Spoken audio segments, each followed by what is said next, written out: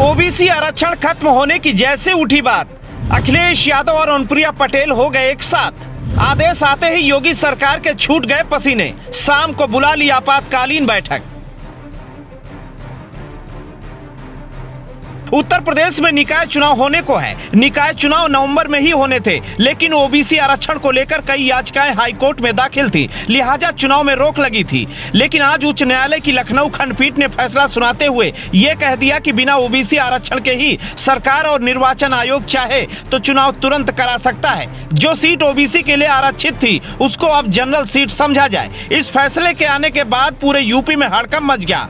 लोग कहने लगे कि सरकार पिछड़ों की विरोधी है। अब सुनिए, न सिर्फ विपक्ष की मुख्य पार्टी समाजवादी पार्टी ने सरकार को घेरा, बल्कि योगी सरकार में हिस्सेदार अनुप्रिया पटेल की पार्टी अपना दल एस ने भी हुंकार भर दी। अनुप्रिया पटेल ने लिखा, ओबीसी आरक्षण के बिना उत्तर प्रदेश में निकाय चुनाव उचित नहीं है। हम फैसले का अध्ययन कर रहे हैं, जरूरत पड़ी तो हम सुप्रीम कोर्ट जाएंगे।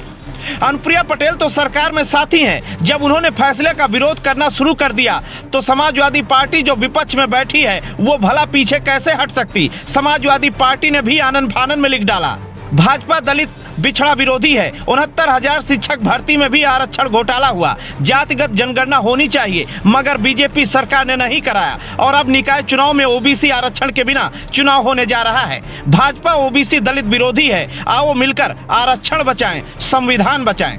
कोर्ट ने कहा, ट्रिपल टेस्ट फार्मूला के बिना ओबीसी को आरक्षण नहीं दिया जा सकता, लिहाजा बिना ओबीसी आरक्षण के ही अगर सरकार और निर्वाचन आयोग चाहे तो चुनाव करवा सकता है। समझने की कोशिश करिए, फार्मूला है क्या। नंबर 1, आर्थिक और शैक्षणिक स्थिति का जायजा लेना। नंबर 2, आरक्षण की जरूरत है या नहीं इसका भी जायजा लेना। नंबर 3, आरक्षण दिया जा सकता है या नहीं इसकी भी जांच करना। फैसला आने के बाद उत्तर प्रदेश की सरकार को घेरा जाने लगा। ये सवाल उठने लगा कि चौधरी चरण सिंह, रामस्वरूप वर्मा, राम नरेश यादव, काशी राम, सोनेलाल पटेल, मुलायम सिंह यादव, कल्याण सिंह लोधी, मायावती के राज में ओबीसी सुरक्षित रहा, लेकिन अब भाजपा सरकार में ओबीसी आरक्षण खतरे में आ गया है। फिलहाल सरकार भी इस पर मंथन करने का विचार कर रही है, लेकिन कोर्ट के आदेश ने योगी सरकार को एक नई मुसीबत में डाल दिया है। Bureau report, Ashok Kumar, INF, Uttar Pradesh.